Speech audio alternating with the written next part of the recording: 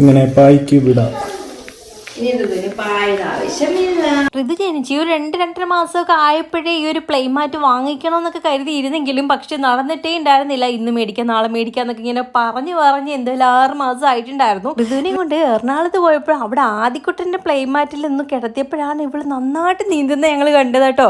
അപ്പോഴേ വിചാരിച്ചു എന്തായാലും ഒരെണ്ണം വാങ്ങണം. ശരിക്കും പറഞ്ഞാൽ നമ്മുടെ കുഞ്ഞുങ്ങൾക്ക് ഇതൊരെണ്ണം അത്യാവശ്യമാണ് കേട്ടോ. ഇതിനകത്ത് നന്നായിട്ട് നീന്തി കളിക്കാനൊക്കെ പറ്റുന്നുണ്ട്. അതേപോലെ ഇത്രയും കനമുണ്ട്, സ്പോഞ്ച് പോലെ ഇരിക്കുകയാണ് കേട്ടോ. അതുകൊണ്ട് തന്നെ ഇങ്ങനെ കമിഴ്ന്നും തിരിഞ്ഞൊക്കെ വീഴുന്ന സമയത്ത് തല താഴെ നിന്ന് അടിക്കുമ്പോഴത്തേക്ക് കുഞ്ഞുങ്ങൾക്ക് തലയ്ക്ക് എന്തെങ്കിലും ബുദ്ധിമുട്ട് ആകുമോ എന്നുള്ള പേടിയും വേണ്ട കേട്ടോ.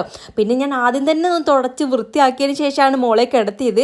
പിന്നെ നീന്തുന്ന സമയത്ത് സ്ലിപ്പ് ആവുമെന്നും പേടിക്കണ്ട, അതിനകത്ത് ഗ്രിപ്പ് ഉള്ളത് കൊണ്ട് തന്നെ സ്ലിപ്പായി പോകത്തും ഇല്ല കേട്ടോ. പിന്നെ ഞങ്ങൾ രണ്ടുപേരും കൂടെ തകർത്ത് പിടിച്ചതിനകത്ത് കളിയായിരുന്നു കേട്ടോ. ഇരുന്നും കിടന്നും ഒക്കെ കളിക്കായിരുന്നു. പിന്നെ ഇതിൻ്റെ ലിങ്ക് ഞാൻ യൂട്യൂബ് ഷോർട്സിൽ ടാഗ് ചെയ്തിട്ടുണ്ട്, ഇല്ലെങ്കിൽ ബയോയിൽ കാണും കേട്ടോ. ചെക്ക് ചെയ്ത് നോക്കിയാൽ മതി. അപ്പോൾ ഇത്രയ്ക്കുള്ളൂ. Tata, see you.